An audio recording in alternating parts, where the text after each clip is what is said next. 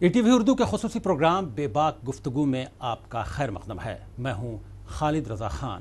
آج جس بے باک شخصیت سے گفتگو ہو رہی ہے ان کا نام کسی تعارف کا محتاج نہیں۔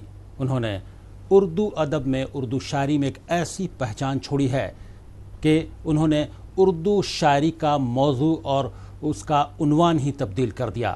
انہوں نے اردو شاعری میں معشوقہ کی جگہ ماں کو موضوع بنایا۔ میری مراد ہے منور رانا صاحب سے۔ آپ کا ہمارے خصوصی پروگرام بے باک گفتگو میں خیر مقدم ہے۔ منور رانا صاحب، سب سے پہلے یہ جاننا چاہیں گے کہ اردو شاعری میں جو کنسپٹ تھا معشوقہ کا، غزلوں میں اور نظموں میں، وہ پورا عنوان ہی آپ نے تبدیل کر دیا۔ آخر کیا وجہ رہی کہ معشوقہ کی جگہ آپ نے ماں کو دی؟ اصل میں اس کا اظہار کئی بار کر چکا ہوں۔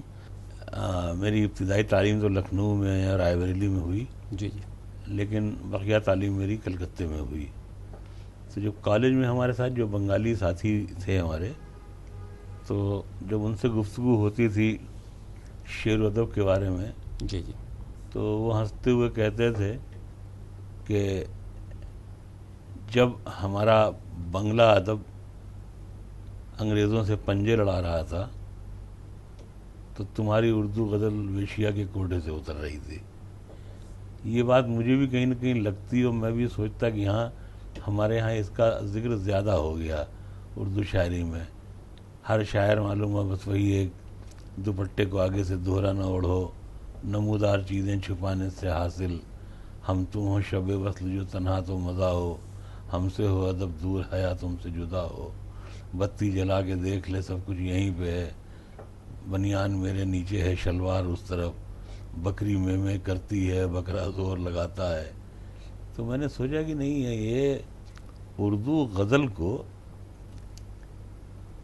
نکالنا چاہیے اس گندگی سے یا بے حرمتی سے جہاں ہم دوسری زبان والوں سے آنکھ بھی نہ ملا پاتے ہوں۔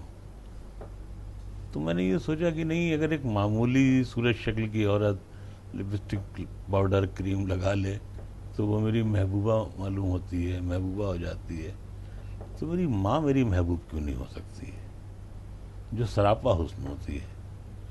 اور شاید یہی سوچ تھی، اور اسی سوچ کی وجہ سے میں نے ماں کو اپنا آئیڈیل بنایا شاعری کا۔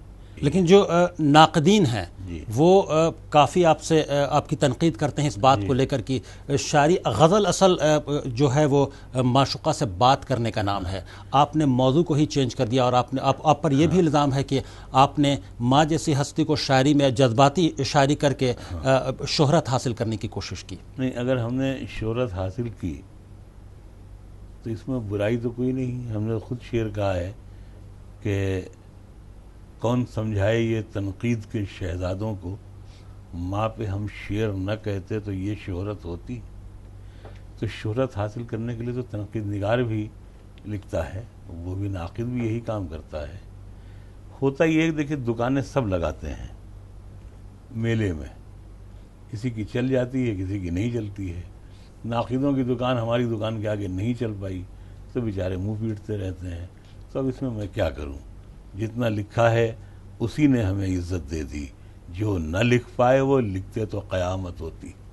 بات کریں کہ شاعری اور سیاست، اس کا زمانے سے چوری دامن کا ساتھ رہا ہے۔ چاہے ہم مخدوم کی بات کریں، مجروح کی بات کریں، اقبال ہوں یا غالب ہوں، ہر دور میں سیاست اور شاعری ایک ساتھ چلتی رہی ہے۔ آپ کو کیا لگتا ہے کہ شاعری کہیں سے سیاست کو تبدیل کر سکتی ہے؟ شاعری میں طاقت تو بہت ہے، آج بھی ہے، کل بھی تھی، ہمیشہ رہے گی۔ لیکن اس وقت سیاستداں جو تھے وہ پڑھے لکھے بھی ہوتے تھے۔ جی، اب سیاستداں پڑھے لکھے نہیں ہوتے ہیں، ان کا پڑھے لکھے ہونے سے کوئی تعلق نہیں ہے۔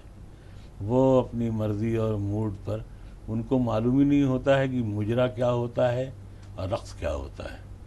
وہ مجرا کرنے والی کو بہت بڑا ایوارڈ دے دیتے ہیں، رقص والی کو یہ ایوارڈ ہی زندگی میں نہیں ملتا ہے۔ تو جب سیاست میں پڑھے لکھے لوگ تھے تو شاعری سے کام لیا جاتا تھا۔ مشہور واقعہ ہے کہ جب رام دھاری سنگھ دنکر اور پنڈت نہرو ایک ساتھ اسٹیج پہ چڑھ رہے تھے، اچانک کسی سبب سے پنڈت نہرو کا پاؤں لڑکھڑایا تو رام دھاری دنکر نے ان کو سہارا دیا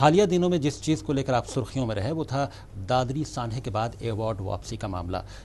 وجہ کچھ بھی رہے، ایوارڈ واپسی کے بعد جب آپ نے اعلان کیا تو وزیر اعظم نے آپ سے گزارش کی کہ آپ ایوارڈ واپس نہ کریں، اور آپ نے ایوارڈ پھر آپ نے کہا کہ ایوارڈ واپس نہیں کریں گے. اور اس کے بعد پھر کچھ تنازع بھی کھڑے ہوئے کہ آپ نے ایک ایسا بیان دے دیا وزیر اعظم کو لے کر کہ جو کافی سرخیوں میں رہا کہ ان کی جوتیاں بھی سر پہ رکھ لیں گے، ان کی جوتیاں اٹھا لیں گے. تو آخر کیا ہے یہ پورا معاملہ، آپ اس پر کیا کہیں گے؟ تو بڑا پرانا ہو گیا اب تو یہ، لیکن اب آپ پوچھ رہے ہیں نئے سرے سے. دیکھیے ایوارڈ واپس کرنا کسی کا ذاتی مسئلہ ہوتا ہے. ایوارڈ واپس کرنا بہت بالکل ایسے ہی ہوتا ہے کہ جیسے کوئی آدمی اپنے بچے کو دفن کرائے، جیسے کوئی آدمی اپنی محبوبہ کو چھوڑ کر چلا ہے، اپنی زندگی بھر کی پونجی کو آگ لگا دے. کیونکہ پوری زندگی ہم نے، اور تو کبھی کوئی ایوارڈ کے چکر میں بھی نہیں رہا. میں بنگال اردو اکیڈمی میں 20 برس تک میں گورننگ باڈی کا ممبر تھا. 9 کتابیں میری آئیں، میں نے کبھی کوئی کتاب نہیں جمع کی انعام کے لیے. میں نے کبھی کسی اکیڈمی سے انعام نہیں مانگا. یہ تو بس ایک جب یہ وہ پنسارے سے لے کر کے اور کلبرگی سے لے کر اخلاق تک اتنے حادثات ہوتے چلے گئے تو مجھے لگا کہ نہیں، اس ملک میں آتنکواد کا پرچار کچھ ہوتا ہے، آتنکواد کچھ ہوتا ہے.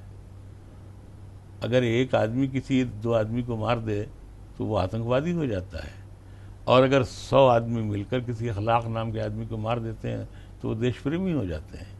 تو اس کا مطلب ہے کہ اگر ہم اب بھی چپ رہیں گے تو اس کا مطلب یہ ہے کہ ہمارے ملک کی آئیڈیالوجی بدل جائے گی کہ آتنکواد کیا ہوتا ہے اور دیش پریم کیا ہوتا ہے. آپ نے دادری سانحے کو، مجھے یاد آیا کہ ایک آتنکی حملہ بتاتے ہوئے آپ نے فیس بک پر کچھ پوسٹ کیا تھا. اس کے بعد آپ کو کافی بد کلامی کی گئی فیس بک پر آپ کو لے کر.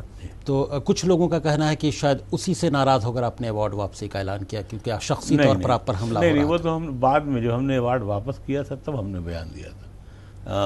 اس حادثے کے بعد کم سے کم 100 بار چینلوں نے مجھے مختلف پروگرامز کے لیے مجھے بلایا ہوگا. میں نے ہاتھ جوڑ لی. میں نے کہا میں اس لائن کا آدمی نہیں ہوں، میری دلچسپی نہیں ہے. ہاں، جو میرا ایک شوق تھا، کل بھی میں نے یہ بات کہی تھی کہ میں جو ہندوستان دیکھتے ہوئے پیدا ہوا ہوں، یا وہ ہندوستان جو میں نے پیدا ہونے کے بعد دیکھا ہے، میں مرتے وقت بھی وہی ہندوستان دیکھنا چاہتا ہوں. اچھا، سچا، میٹھا، پورا. آپ نے پاکستان دورے کے دوران ایک بیان دیا تھا پاکستان میں کہ آپ 75 کروڑ ہندوؤں کے درمیان خود کو محفوظ محسوس کرتے ہیں.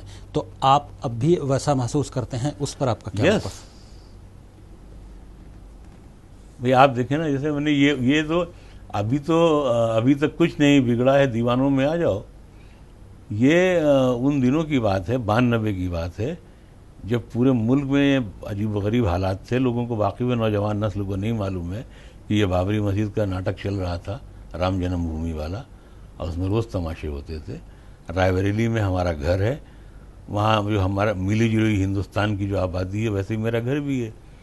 تو محلے کی لڑکیوں اور عورتوں نے جو غیر مسلم ہیں، انہوں نے میری بیوی سے فرمائش کی کہ بھابھی تم بہت دیر میں اٹھتی ہو، یا موسی تم بہت دیر میں اٹھتی ہو، تو لان والا دروازہ کھول دیا کرو، ہم لوگوں کو پھول توڑنے میں دشواری ہوتی ہے، ہم مندر جاتے ہیں.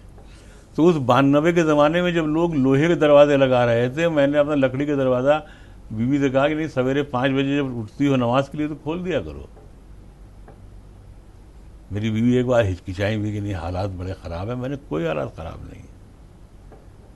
ہم نے کہا ہم اس ملک میں 75 کروڑ ہندوؤں کی نگرانی کے بیچ میں رہتے ہیں، اس سے بڑا سیفٹی کا واچور کوئی نہیں ہو سکتا ہے.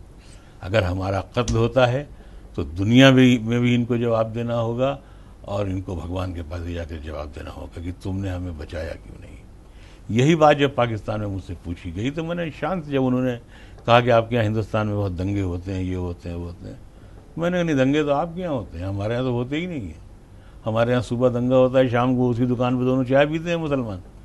کچھ سرفرے لوگ. دیکھیے اصل میں ایسا ہے، جب مرکز کمزور ہوتا ہے یا تذبذب کا شکار ہو جاتا ہے تو چھوٹے جو صوبے ہیں وہ آنکھیں دکھانے لگتے ہیں.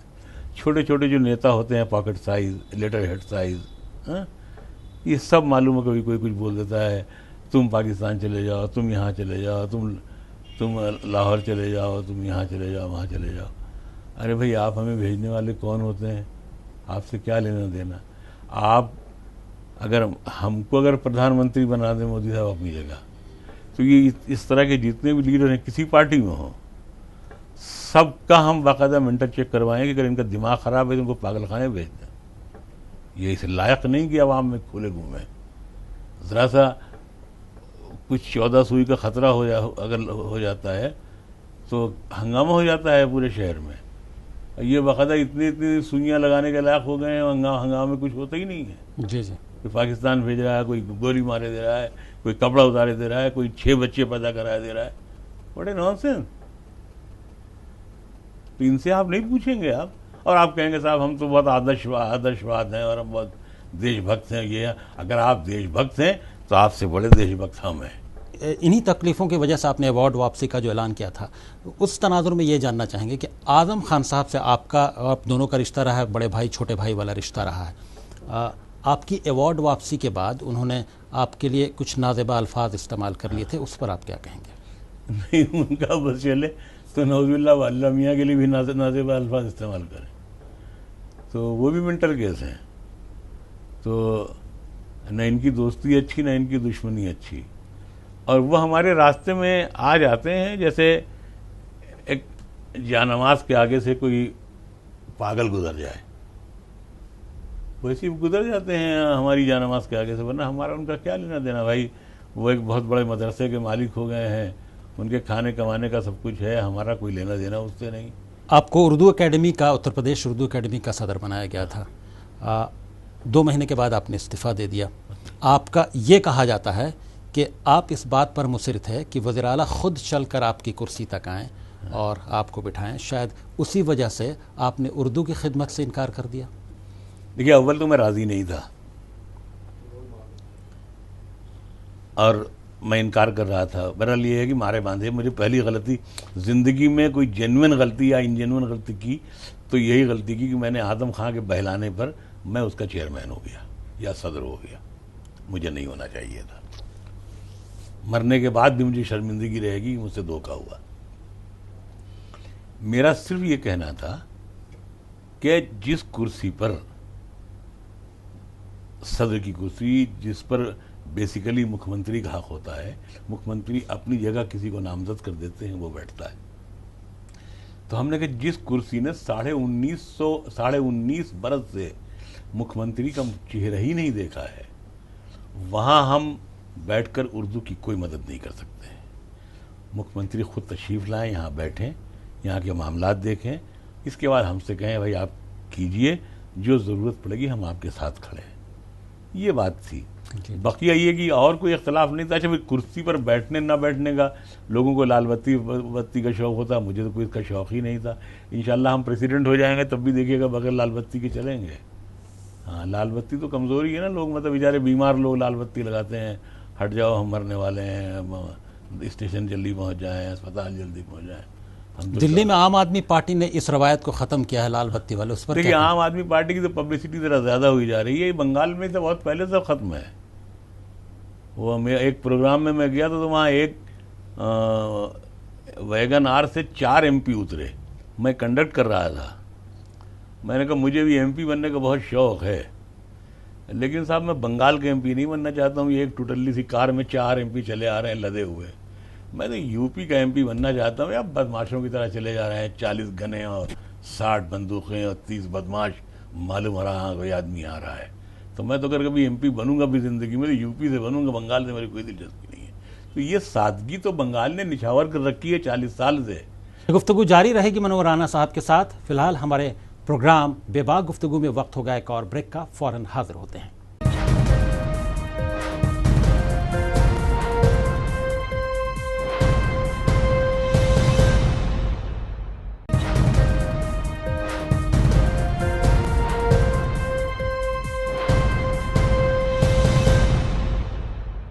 ETV اردو کے خصوصی پروگرام بے باک گفتگو میں آپ کا پھر خیر مقدم ہے۔ آپ دیکھ رہے ہیں ہمارا خصوصی پروگرام بے باک گفتگو۔ بات ہو رہی ہے منور رانا صاحب سے۔ منور رانا صاحب، آزادی کے وقت جب ملک تقسیم ہو رہا تھا تو آپ کا پورا خاندان پاکستان چلا گیا، آپ کے تقریباً آپ کے والد نہیں گئے، اب آپ کو کیا لگتا ہے، کیا وہ فیصلہ، اس فیصلے کو آپ کس طرح سے دیکھتے ہیں؟ اب چونکہ آپ کا پورا خاندان وہاں ہے، آپ میں سیلوٹ کرتا ہوں اپنے والد کے فیصلے کو. تو ظاہر سی بات ہے کہ میں مروں گا تو یہیں دفن کیا جاؤں گا، میری مٹی بھی کراچی نہیں جانے والی.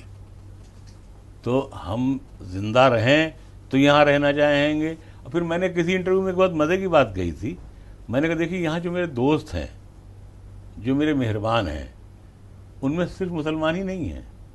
ہم نے کہا کہ اگر مجھے پاکستان کا وزیر اعظم بھی بنایا جائے تو میں انکار کر دوں گا، اس لیے کہ وہاں میرے پاس میں اے پی مشرا نہیں ہوں گے، گریش ورما نہیں ہوں گے، پرتاپ سومنشی نہیں ہوں گے. ہم نے کہا یہ جو اس طرح کے جو محبت کرنے والے لوگ ہیں، دنیش کوٹھاری نہیں ہوں گے. اس طرح کی ایک لاٹ ہے جو ہم سے محبت کرتی ہے. ان کے بغیر تو معاف کیجیے گا، ہم جنت میں بھی جانے سے ایک بار قسمت آئیں گے. کیونکہ یہ لوگ وہ ہیں جنہوں نے ہم کو، منور رانا کو، ہر طرح سے جینے کا حق دیا اور سکھایا کہ کیسے انسانوں سے گھل کے رہنا چاہیے، ملنا چاہیے، محبت کرنا چاہیے. وہ ہمارے کام آئے، ہمارے ذریعے کسی کا بھی دکھ درد دے کر ہم گئے تو انہوں نے ہمارا کام کیا.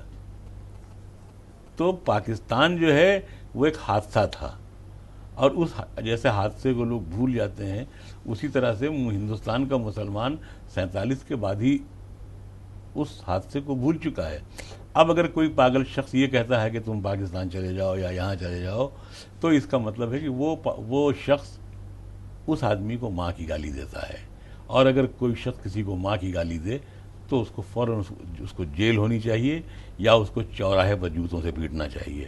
اس دیش کو محبتیں، سمان اور عزت دلانے کے لیے ضروری یہی ہے کہ نفرت کے بیج بونے والوں کا علاج سرے راہ چوراہے پر ہونا چاہیے، نفرت کے ساتھ ہونا چاہیے. بات ہندوستان پاکستان کی نکلی ہے تو آپ کا کہنا ہے کہ ہندوستان اور پاکستان کے وزراء اعظم کے درمیان جب بات چیت ہو تو ان کی ماؤں کی موجودگی میں ہونی چاہیے، اور آپ کا یہ بھی کہنا ہے کہ اگر جواہر لال نہرو اور جناح ان کی مائیں موجود ہوتی اور ان کی موجودگی میں اگر یہ بات چیت ہوتی تو ملک کا بٹوارا نہیں ہوتا.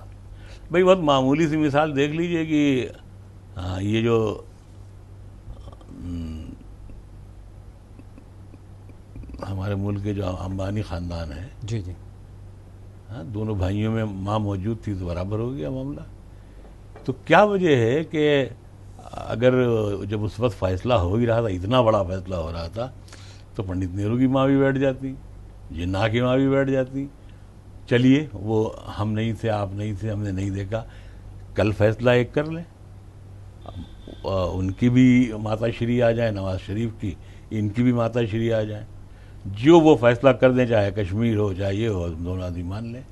اور مائیں تو یہی بولیں گے یہ دونوں مل جاؤ، الگ الگ ہونا ٹھیک نہیں ہے. بات ماں کی پھر سے ہو رہی ہے تو آپ کی شاعری میں جو ماں کو لے کر شدت نظر آتی ہے، آپ نے شاعری کا موضوع اور عنوان ہی تبدیل کر دیا اردو غزل اور غزلوں اور نظموں کا. تو آپ جب اپنی شاعری میں عروج پر پہنچے تو آپ کی ماں زندہ تھیں، آپ کے تب آپ شاعری میں عروج پر پہنچے اور ماں سے محبت کی جو جھلک نظر آئی. اب چونکہ آپ کی ماں نہیں ہیں تو اب آپ کی شاعری کس طرح سے، اب آپ کے اندر وہ شاعری میں کیا جھلک نظر آ رہی ہے؟ خالد بھائی دلچسپ بات تو یہ ہے کہ میں ای ٹی وی کے قارئین کو، ناظرین کو یہ بتانا چاہتا ہوں کہ تقریباً 5.5 مہینے ہو گئے ہیں میں نے کوئی شعر نہیں کہا. تو جیسے ماں کے انتقال کے بعد وہ قوت ہی ختم ہو گئی جو مجھ سے شعر کہلوا لیتی تھی یا جو مجھے زندہ رکھتی تھی. تو ایک طرح سے شاعری یا مشاعرے یا ان سب سے میری دلچسپی بہت کم ہو گئی. ابھی میں نے کوئی شعر ویر بھی کچھ نہیں کہے ہوئے. تو اصل میں ماں جو تھی میرا انسپریشن ہی نہیں تھی، وہ میری طاقت بھی تھیں، میری دوست بھی تھیں، میرا سہارا بھی تھیں. اور جب انتقال سے کچھ پہلے سب گھر کے سب لوگ پوچھے، ہماری لڑکیوں نے بھی پوچھا کہ آپ کو میرے پاپا سے کچھ شکایت ہے، تو انہوں نے ہنستے ہوئے کہا کہ ہم کو ہمارے بیٹوا سے کوئی شکایت نہیں ہے، جنت ملے یا نہ ملے لیکن ہماری ماں نے یہ کہہ کے ہمیں جنت میں پہنچا دیا. شہرت ملے یا نہ ملے میری ماں نے مجھے امر کر دیا. عزت ملے یا نہ ملے، میں اپنی ماں کی آنکھوں کا لال ہوں. اور جہاں تک لکھنے پڑھنے کا ہے، میرے خیال سے اب میں نے اپنی چرخی لپیٹنا شروع کر دی ہے زندگی کی. اب کوئی خاص نہیں ہے، جتنا جو وقت ہے بہرحال اللہ میاں عزت سے کاٹ دے. وہ ہم نے آخری دنوں میں ایک غزل کہی تھی، مولا یہ تمنا ہے کہ جب جان سے جاؤں، جس شان سے آیا ہوں اسی شان سے جاؤں، بچوں کی طرح پیڑ کی شاخوں سے میں کودوں، چڑیوں کی طرح اڑ کے میں کھلیان سے جاؤں. مولا یہ تمنا ہے کہ جب جان سے جاؤں، ہر شبد مہکنے لگے لکھا ہوا میرا، میں لپٹا ہوا یادوں کے لوبان سے جاؤں. زندہ مجھے دیکھے گی، خالص ہندوستانی شعر ہے کہ زندہ مجھے دیکھے گی تو ماں چیخ اٹھے گی، کیا زخم لیے پیٹھ پہ میدان سے جاؤں. مولا یہ تمنا ہے کہ جب جان سے جاؤں، جس شان سے آیا ہوں اسی شان سے جاؤں. اور یہ ای ٹی وی دیکھنے والے اور مجھ سے محبت کرنے والے جو لوگ بھی ہیں، نفرت کرنے والوں پہ بھی چلے گا. تو شعر یہ ہے کہ کیا سوکھے ہوئے پھول کی قسمت کا بھروسہ، کیا سوکھے ہوئے پھول کی قسمت کا بھروسہ، معلوم نہیں کب تیرے گلدان سے جاؤں. مولا یہ تمنا ہے کہ جب جان سے جاؤں، جس شان سے آیا ہوں اسی شان سے جاؤں. اسی پہ میں جاننا چاہوں گا کہ کیا آپ کی خواہش یہ نہیں کہ کبیر، میر اور غالب کی طرح آپ کو بھی شاعری میں سینکڑوں برس تک یاد کیا جائے؟ آپ کی اس خواہش پر آپ کیا کہیں گے؟ یہ میرے اختیار میں نہیں، کسی کے اختیار میں نہیں ہوتا ہے. ہر شخص آسمان چومنا چاہتا ہے نا، لیکن ہر شخص تو ایسا نصیب نہیں ہوتا ہے. لیکن ہاں ہمیں یہ خوشی ہے کہ جب ہماری پچھلے دنوں اماں کا انتقال ہوا تھا تو جو میڈیا نے جتنا کوریج دیا تھا، تو مجھے بڑی خوشی ہوئی کہ ایک معمولی سے شاعر کی ماں کو میڈیا نے، یعنی پرنٹ میڈیا نے بھی، پرنٹ میڈیا میں بھی مختلف زبانوں نے بھی، اور الیکٹرانک میڈیا میں بھی مختلف زبانوں میں بھی ہماری اماں کا جس محبت اور عقیدت کے ساتھ ذکر کیا، تو ہم نے سوچا کہ نہیں، یہی انعام کوئی کم نہیں ہے، یہی انعام میرے لیے بہت ہے. اور بہت دن تک تو، اور میں ہمیشہ ایک بات کہتا آیا ہوں کہ میں کبھی یہ نہیں چاہتا کہ شہر کے کسی چوراہے پہ میرا اسٹیچو لگایا جائے. میں تو یہ چاہتا ہوں کہ میرے مرنے کے بعد یہ سوال اٹھے کہ اس شخص کے اسٹیچو شہر کے چوراہے پر لگائے کیوں نہیں گئے. چلتے چلتے آپ سے جاننا چاہیں گے کہ آج لوگوں کے دلوں میں نفرتیں پھیل رہی ہیں، بس آپ کا کیا پیغام ہے ان لوگوں کے لیے مختصراً؟ محبت کرتے جاؤ، بس یہی سچی عبادت ہے. محبت ماں کو بھی مکہ مدینہ مان لیتی ہے، امیر شہر کا رشتے میں کوئی کچھ نہیں لگتا، غریبی چاند کو بھی اپنا ماما مان لیتی ہے. بہت خوب، بہت بہت شکریہ منور رانا صاحب ہمارے خصوصی پروگرام بے باک گفتگو میں شامل ہونے کے لیے. بے باک گفتگو میں ابھی بس اتنا ہی. اب خالد رضا کو دیجیے اجازت، مگر آپ دیکھتے رہیے ای ٹی وی اردو.